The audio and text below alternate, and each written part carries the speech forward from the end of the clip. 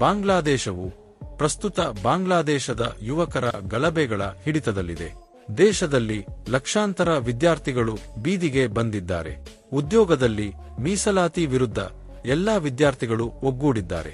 ವಿದ್ಯಾರ್ಥಿಗಳ ಪ್ರತಿಭಟನೆ ಗಲಭೆಯಾಗಿ ಮಾರ್ಪಟ್ಟಿದೆ. ನ್ಯಾಯಸಮ್ಮತ ಬೇಡಿಕೆಗಳ ಈಡೇರಿಕೆಗಾಗಿ ಸರ್ಕಾರದ ವಿರುದ್ಧದ ಆಂದೋಲನವು ಈಗ ಹಿಂಸಾತ್ಮಕವಾಗಿ ಮಾರ್ಪಟ್ಟಿದೆ. ಈಗಾಗಲೇ ಈ ವಿದ್ಯಾರ್ಥಿ ಕ್ರಾಂತಿಯು ಅಲ್ಲಿನ ಸರ್ಕಾರವನ್ನು ಉಸಿರುಗಟ್ಟಿಸುತ್ತಿದೆ. ಕಾರ್ಯಕರ್ತರು ಮತ್ತು ಸರ್ಕಾರದ ನಡುವಿನ ಘರ್ಷಣೆಯಲ್ಲಿ 130ಕ್ಕೂ ಹೆಚ್ಚು ಜನರು ಕೊಲ್ಲಲ್ಪಟ್ಟರು. ಆದ್ದರಿಂದ ಚಳುವಳಿ ಎಷ್ಟು ಗಂಭೀರವಾಗಿದೆ ಎಂಬುದನ್ನು ನೀವು ಅರ್ಥಮಾಡಿಕೊಳ್ಳಬಹುದು. ಅಷ್ಟೇ ಅಲ್ಲ, ಬಾಂಗ್ಲಾದೇಶದಲ್ಲಿ ಇಂಟರ್ನೆಟ್ ಅನ್ನು ಸಂಪೂರ್ಣವಾಗಿ ನಿಲ್ಲಿಸಲಾಗಿದೆ. ಅಗ್ನಿಶಾಮಕ ಆದೇಶ ಜಾರಿಯಲ್ಲಿದೆ. ಹಾಗಾದರೆ ಬಾಂಗ್ಲಾದೇಶದ ವಿದ್ಯಾರ್ಥಿಗಳ ಚಲನೆಗೆ ನಿಜವಾದ ಕಾರಣಗಳು ಯಾವುವು? ಈ ವಿಡಿಯೋದಲ್ಲಿ ನಾನು ಈ ವಿಷಯದಲ್ಲಿ ಸರ್ಕಾರವನ್ನು ಬೆಂಬಲಿಸಬೇಕೇ ಅಥವಾ ವಿದ್ಯಾರ್ಥಿಗಳನ್ನು ಬೆಂಬಲಿಸಬೇಕೇ ಎಂದು ನಿಮಗೆ ಸ್ಪಷ್ಟಪಡಿಸಲಿದ್ದೇನೆ. ಏಕಾಗ್ರತೆ ಮತ್ತು ಎಚ್ಚರಿಕೆಯಿಂದ ಆಲಿಸಿ. ಬಾಂಗ್ಲಾದೇಶದಲ್ಲಿ ನಡೆಯುತ್ತಿರುವ ಈ ಸಂಘರ್ಷಗಳಿಗೆ ಕಾರಣವೇನೆಂದು ನೀವು ಸ್ಪಷ್ಟವಾಗಿ ಅರ್ಥಮಾಡಿಕೊಳ್ಳುವಿರಿ. ಈ ರೀತಿಯ ಹೆಚ್ಚು ಮಾಹಿತಿಯುಕ್ತ ವಿಡಿಯೋಗಳನ್ನು ತರಲು ನಿಮ್ಮ ಬೆಂಬಲವಾಗಿ ಈ ವಿಡಿಯೋದಲ್ಲಿ ಹೋಗೋಣ. ಬಾಂಗ್ಲಾದೇಶದ ಪ್ರಸ್ತುತ ಪರಿಸ್ಥಿತಿಯ ಕಾರಣವನ್ನು ಸ್ಪಷ್ಟವಾಗಿ ಅರ್ಥಮಾಡಿಕೊಳ್ಳಬೇಕು. ಅಂದರೆ ಬಾಂಗ್ಲಾದೇಶದ ರಚನೆಯ ಬಗ್ಗೆ ನಾವು ಸ್ವಲ್ಪ ತಿಳಿದುಕೊಳ್ಳಬೇಕು. 1947ರಲ್ಲಿ ಭಾರತ ಖಂಡದ ಸ್ವಾತಂತ್ರ್ಯದ ನಂತರ ದೇಶವನ್ನು ಧರ್ಮದ ಆಧಾರದ ಮೇಲೆ ಭಾರತ ಮತ್ತು ಪಾಕಿಸ್ತಾನಗಳಾಗಿ ವಿಂಗಡಿಸಲಾಯಿತು. ಆ ಪಾಕಿಸ್ತಾನದೊಂದಿಗೆ ಈಗ ಭಾರತದ ಪೂರ್ವಕ್ಕೆ ಬಾಂಗ್ಲಾದೇಶ ಎಂದು ಕರೆಯಲ್ಪಡುವ ಪ್ರದೇಶವು ಒಂದು ಕಾಲದಲ್ಲಿ ಪೂರ್ವ ಪಾಕಿಸ್ತಾನ ಎಂಬ ಹೆಸರಿನಲ್ಲಿ ಪಾಕಿಸ್ತಾನದ ಆಡಳಿತಕ್ಕೆ ಒಳಪಟ್ಟಿತ್ತು. 1947ರಿಂದ 1971ರವರೆಗೆ ಪಾಕಿಸ್ತಾನವು ಪೂರ್ವ ಪಾಕಿಸ್ತಾನವನ್ನು 24 ವರ್ಷಗಳ ಕಾಲ ತನ್ನ ನಿಯಂತ್ರಣದಲ್ಲಿ ಇಟ್ಟುಕೊಂಡಿತು. ಹಲವು ವರ್ಷಗಳಿಂದ ಅನೇಕ ಆಡಳಿತಾತ್ಮಕ ಸಮಸ್ಯೆಗಳನ್ನು ಎದುರಿಸಿದ ಪೂರ್ವ ಪಾಕಿಸ್ತಾನದಲ್ಲಿ 1971ರಲ್ಲಿ ಜನರು ತಮ್ಮನ್ನು ಪ್ರತ್ಯೇಕ ದೇಶವಾಗಿ ಗುರುತಿಸಬೇಕು ಎಂದು ಆಂದೋಲನವನ್ನು ಪ್ರಾರಂಭಿಸಿದರು. ಅವರ ಪ್ರದೇಶವು ಪಾಕಿಸ್ತಾನದ ನಿಯಂತ್ರಣದಲ್ಲಿ ನಡೆಯುವ ಬದಲು ನಾವು ಸಹ ಸ್ವತಂತ್ರವಾಗಿರಲು ಬಯಸುತ್ತೇವೆ. ರಾಜಕೀಯ ಭಿನ್ನಾಭಿಪ್ರಾಯಗಳು, ಸಾಂಸ್ಕೃತಿಕ ವ್ಯತ್ಯಾಸಗಳು, ಪಾಕಿಸ್ತಾನದ ರಾಜಕೀಯ ಆರ್ಥಿಕ ಶೋಷಣೆಯಂತಹ ಅನೇಕ ಕಾರಣಗಳಿವೆ. ಆದ್ದರಿಂದ ಅವಾಮಿ ಲೀಗ್ ಪಕ್ಷವು ಪಾಕಿಸ್ತಾನದಿಂದ ಪೂರ್ವ ಪಾಕಿಸ್ತಾನದ ಸ್ವಾತಂತ್ರ್ಯಕ್ಕಾಗಿ ಚಳುವಳಿಯನ್ನು ಪ್ರಾರಂಭಿಸಿತು. ಮಾರ್ಚ್ 25, 1971ರಂದು ಪಕ್ಷದ ನಾಯಕ ಶೇಖ್ ಮುಜಿಬುರ್ ರಹಮಾನ್ ಅವರ ನಾಯಕತ್ವದಲ್ಲಿ ಪ್ರಾರಂಭವಾದ ಚಳುವಳಿಯಲ್ಲಿ ಅವಾಮಿ ಲೀಗ್ ರಾಜಕೀಯ ಪಕ್ಷದೊಂದಿಗೆ ಕಾರ್ಯಕರ್ತರು, ಬಂಗಾಳಿ ನಾಗರಿಕರು, ವಿದ್ಯಾರ್ಥಿಗಳು ಮತ್ತು ಬುದ್ಧಿಜೀವಿಗಳು ಎಲ್ಲರೂ ಒಟ್ಟಾಗಿ ಹೋರಾಡಲು ಪ್ರಾರಂಭಿಸಿದರು. ಆದ್ದರಿಂದ ಪಾಕಿಸ್ತಾನಿ ಸೈನ್ಯವು ಈ ಚಳುವಳಿಯನ್ನು ನಿಗ್ರಹಿಸಲು ಮೈದಾನವನ್ನು ಪ್ರವೇಶಿಸಿತು. ಆದ್ದರಿಂದ ಈ ಚಳುವಳಿಯು ಮಾರ್ಚ್ 26ರಂದು ಪಾಕಿಸ್ತಾನ ಮತ್ತು ಪೂರ್ವ ಪಾಕಿಸ್ತಾನದ ನಡುವೆ ಸ್ವಲ್ಪ ಯುದ್ಧವಾಯಿತು. 1971 ಯುದ್ಧವು ಡಿಸೆಂಬರ್ 16, 1971ರವರೆಗೆ ಮುಂದುವರಿಯಿತು. ಡಿಸೆಂಬರ್ 3, 1971ರಂದು ಭಾರತವು ಈ ಯುದ್ಧದಲ್ಲಿ ಮಧ್ಯಪ್ರವೇಶಿಸಿತು ಮತ್ತು ಪೂರ್ವ ಪಾಕಿಸ್ತಾನವನ್ನು ಬೆಂಬಲಿಸಿ ಪಾಕಿಸ್ತಾನದ ವಿರುದ್ಧ ಹೋರಾಡಲು ಭಾರತೀಯ ಸೈನ್ಯವನ್ನು ಕಳುಹಿಸಿತು. ಪಾಕಿಸ್ತಾನದ ಮೇಲೆ ಹೆಚ್ಚುತ್ತಿರುವ ಅಂತಾರಾಷ್ಟ್ರೀಯ ಒತ್ತಡದಿಂದಾಗಿ ಪಾಕಿಸ್ತಾನದ ಮಿಲಿಟರಿ ಡಿಸೆಂಬರ್ 16, 1971ರಂದು ಶರಣಾಯಿತು. ಪೂರ್ವ ಪಾಕಿಸ್ತಾನವನ್ನು ಪ್ರತ್ಯೇಕ ದೇಶವನ್ನಾಗಿ ಮಾಡಿತು. ನಂತರ ಅದರ ಹೆಸರನ್ನು ಬಾಂಗ್ಲಾದೇಶ ಎಂದು ಬದಲಾಯಿಸಲಾಯಿತು ಮತ್ತು ಹೀಗಾಗಿ ಬಾಂಗ್ಲಾದೇಶ ಅಸ್ತಿತ್ವಕ್ಕೆ ಬಂದಿತು. 1971ರಲ್ಲಿ ಬಾಂಗ್ಲಾದೇಶ ರಚನೆಯಾದಾಗಿನಿಂದ ಆ ದೇಶದಲ್ಲಿ ಸರ್ಕಾರಿ ಉದ್ಯೋಗಗಳಲ್ಲಿ ಮೀಸಲಾತಿಯನ್ನು ಮುಂದುವರಿಸಲಾಗಿದೆ. ಆ ದೇಶದ ಒಟ್ಟು ಉದ್ಯೋಗಗಳಲ್ಲಿ 56% ಮೀಸಲಾತಿ ಮೂಲಕ ಭರ್ತಿಯಾಗುತ್ತದೆ. 10% ಉದ್ಯೋಗಗಳನ್ನು ಅಲ್ಪಸಂಖ್ಯಾತರಿಗೆ, 10% ಉದ್ಯೋಗಗಳನ್ನು ಮಹಿಳೆಯರಿಗೆ, 10% ಉದ್ಯೋಗಗಳನ್ನು ಹಿಂದುಳಿದ ಜಿಲ್ಲೆಗಳಿಗೆ ಮತ್ತು ಉಳಿದ 1% ವಿಕಲಚೇತನರಿಗೆ ಮೀಸಲಿಡಲಾಗಿದೆ. ಒಟ್ಟು 56% ಮೀಸಲಾತಿಯಲ್ಲಿ 26% ಹೋಗಿದೆ. ಮತ್ತು 1971ರಲ್ಲಿ ಬಾಂಗ್ಲಾದೇಶದ ಸ್ವಾತಂತ್ರ್ಯ ಚಳವಳಿಯಲ್ಲಿ ಭಾಗವಹಿಸಿದವರಿಗೆ ಮತ್ತು ಅವರ ವಂಶಸ್ಥರಿಗೆ 30% ಮೀಸಲಾತಿಯನ್ನು ಕಾಯ್ದಿರಿಸಲಾಗಿದೆ. ಸ್ವಾತಂತ್ರ್ಯದ 53 ವರ್ಷಗಳ ನಂತರವೂ ಅನುಭವಿ ಪ್ರಯೋಜನ ಕೋಟಾ ಹೆಸರಿನಲ್ಲಿ ಮೀಸಲಾತಿಯ ಹೆಸರಿನಲ್ಲಿ ಇನ್ನೂ 30% ಸರ್ಕಾರಿ ಉದ್ಯೋಗಗಳನ್ನು ಮುಂದುವರಿಸಲಾಗುತ್ತಿದೆ.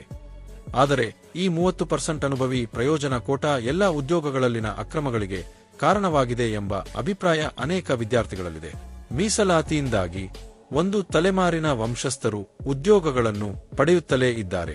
ಪ್ರಸ್ತುತ ಚಳುವಳಿಯಲ್ಲಿ ಭಾಗವಹಿಸಿದವರ ಪ್ರಸ್ತುತ ಪ್ರಧಾನಿ ಶೇಖ್ ಹಸೀನಾ ಇದರ ನೇತೃತ್ವ ವಹಿಸಿದ್ದಾರೆ. ಮತ್ತು ಉದ್ಯೋಗ ನಿಯಮಗಳಲ್ಲಿ ಅನುಭವಿ ಪ್ರಯೋಜನ ಕೋಟಾವನ್ನು ಅಡ್ಡಿಪಡಿಸುವ ಮೂಲಕ ಅವಾಮಿ ಲೀಗ್ ಪಕ್ಷವು ಉದ್ಯೋಗಗಳನ್ನು ಪಡೆಯುತ್ತಿದೆ ಎಂಬ ಆರೋಪಗಳಿವೆ. ಆದ್ದರಿಂದ ವಿದ್ಯಾರ್ಥಿಗಳು ಈ 30% ಅನುಭವಿ ತೆಗೆದುಹಾಕುವುದನ್ನು ಪ್ರಶ್ನಿಸಲು ಪ್ರಾರಂಭಿಸಿದರು. ಆದ್ದರಿಂದ ವಿದ್ಯಾರ್ಥಿಗಳಲ್ಲಿ ವಿರೋಧ ಹೆಚ್ಚಾಯಿತು ಮತ್ತು ವಿದ್ಯಾರ್ಥಿಗಳ ಬೇಡಿಕೆಯನ್ನು ಪೂರೈಸುವ ಆಂದೋಲನವಾಗಿ ಮಾರ್ಪಟ್ಟಿತು. ಸ್ವಾಭಾವಿಕವಾಗಿ ಅವಾಮಿ ಲೀಗ್ ಪಕ್ಷವು, ವಿಶೇಷವಾಗಿ ಅವಾಮಿ ಲೀಗ್ನ ವಿದ್ಯಾರ್ಥಿ ಸಂಘಟನೆ ಛತ್ರ ಲೀಗ್ ಕೂಡ ಇದನ್ನು ವಿರೋಧಿಸುತ್ತದೆ. ಆದರೆ ಬಾಂಗ್ಲಾದೇಶವು ಪ್ರಜಾಪ್ರಭುತ್ವ ದೇಶವಾಗಿದ್ದರು. ಈಗ 2009ರಲ್ಲಿ ಅವಾಮಿ ಲೀಗ್ ಪಕ್ಷದ ಪ್ರಸ್ತುತ ಪ್ರಧಾನಿ ಶೇಖ್ ಹಸೀನಾ ಅಧಿಕಾರಕ್ಕೆ ಬಂದ ನಂತರ ಅವಾಮಿ ಲೀಗ್ ಆ ದೇಶದ ವ್ಯವಸ್ಥೆಗಳನ್ನು ಸಂಪೂರ್ಣವಾಗಿ ನಿಯಂತ್ರಿಸಿತು. ಕನಿಷ್ಠ ಚುನಾವಣೆಯಲ್ಲಿ ಸ್ಪರ್ಧಿಸದಿರುವ ಮೂಲಕ ವಿರೋಧ ಪಕ್ಷಗಳನ್ನು ದಮನ ಮಾಡಲಾಗುತ್ತಿದೆ. 2024ರಲ್ಲಿ ಬಾಂಗ್ಲಾದೇಶದಲ್ಲಿ ಚುನಾವಣೆ ನಡೆದಿತ್ತು. ಈ ಚುನಾವಣೆಯಲ್ಲಿ ಸ್ಪರ್ಧಿಸಿದ ಏಕೈಕ ಪಕ್ಷ ಅವಾಮಿ ಲೀಗ್. ಬಾಂಗ್ಲಾದೇಶದಲ್ಲಿ ಮುಕ್ತ ಚುನಾವಣೆಗೆ ವಾತಾವರಣವಿಲ್ಲದಿದ್ದಾಗ ಚುನಾವಣೆಯಲ್ಲಿ ಸ್ಪರ್ಧಿಸುವ ಅಗತ್ಯ ವಿರೋಧ ಪಕ್ಷಗಳು ಚುನಾವಣೆಯನ್ನು ಬಹಿಷ್ಕರಿಸಿದವು. ಆದರೆ ಶೇಖ್ ಹಸೀನಾ ಮತ್ತೊಮ್ಮೆ ಬಾಂಗ್ಲಾದೇಶದ ಅವಾಮಿ ಲೀಗ್ ಪಕ್ಷದ ನಾಯಕಿಯಾಗಿದ್ದಾರೆ. ಆದ್ದರಿಂದ ಎಲ್ಲಾ ವಿರೋಧ ಪಕ್ಷಗಳು ಅನುಭವಿ ಪ್ರಯೋಜನ ಕೋಟಾದಲ್ಲಿ ವಿದ್ಯಾರ್ಥಿಗಳ ಮೂಲಕ ಒಟ್ಟಾಗಿ ಸಾಗುತ್ತಿವೆ. ವಿದ್ಯಾರ್ಥಿಗಳು ಬಾಂಗ್ಲಾದೇಶದಲ್ಲಿ ಪ್ರತಿಭಟಿಸಿದರು ಮತ್ತು ಆ ಸಮಯದಲ್ಲಿ ಅವಾಮಿ ಲೀಗ್ ಪಕ್ಷದ ಪ್ರಧಾನಿ ಶೇಖ್ ಹಸೀನಾ ಈ 30% ಅನುಭವಿ ಪ್ರಯೋಜನ ಕೋಟಾವನ್ನು ರದ್ದುಗೊಳಿಸುವ ಆದೇಶವನ್ನು ನೀಡಿದರು. ಆದರೆ ಬಾಂಗ್ಲಾದೇಶ ಸ್ವಾತಂತ್ರ್ಯ ಹೋರಾಟಗಾರರ ಸಂಘದ ಹೆಸರಿನಲ್ಲಿ ಕೆಲವರು ಸರ್ಕಾರದ ಆದೇಶದ ವಿರುದ್ಧ ಬಾಂಗ್ಲಾದೇಶ ಹೈಕೋರ್ಟ್ನಲ್ಲಿ ಪ್ರಕರಣ ದಾಖಲಿಸಿದರು. ಆದ್ದರಿಂದ ಹೈಕೋರ್ಟ್ ಜೂನ್ 2024ರಂದು ಈ ಆದೇಶವನ್ನು ರದ್ದುಗೊಳಿಸಿತು. 2011ರಲ್ಲಿ ಅನುಭವಿ ಪ್ರಯೋಜನ ಕೋಟಾವನ್ನು ಎತ್ತಿಹಿಡಿದ ತೀರ್ಪಿನ ನಂತರ ವಿದ್ಯಾರ್ಥಿ ಆಂದೋಲನವು ಮತ್ತೊಮ್ಮೆ ಪ್ರಾರಂಭವಾಗಿದೆ.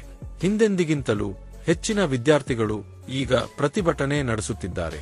ಢಾಕಾ ವಿಶ್ವವಿದ್ಯಾಲಯದ ವಿದ್ಯಾರ್ಥಿಗಳು ಆಂದೋಲನದ ನೇತೃತ್ವ ವಹಿಸಿದ್ದಾರೆ. ಆದರೆ ವಿದ್ಯಾರ್ಥಿಗಳ ಬೇಡಿಕೆಯನ್ನು ವಿರೋಧಿಸುವ ಅವ್ಮಾ ಲೀಗ್ ಪಕ್ಷ ಮತ್ತು ಪಕ್ಷದ ವಿದ್ಯಾರ್ಥಿ ಸಂಘಟನೆ ಛತ್ರ ಕೂಡ ವಿದ್ಯಾರ್ಥಿ ಚಳವಳಿಯ ವಿರುದ್ಧ ಬೀದಿಗಿಳಿದಿವೆ.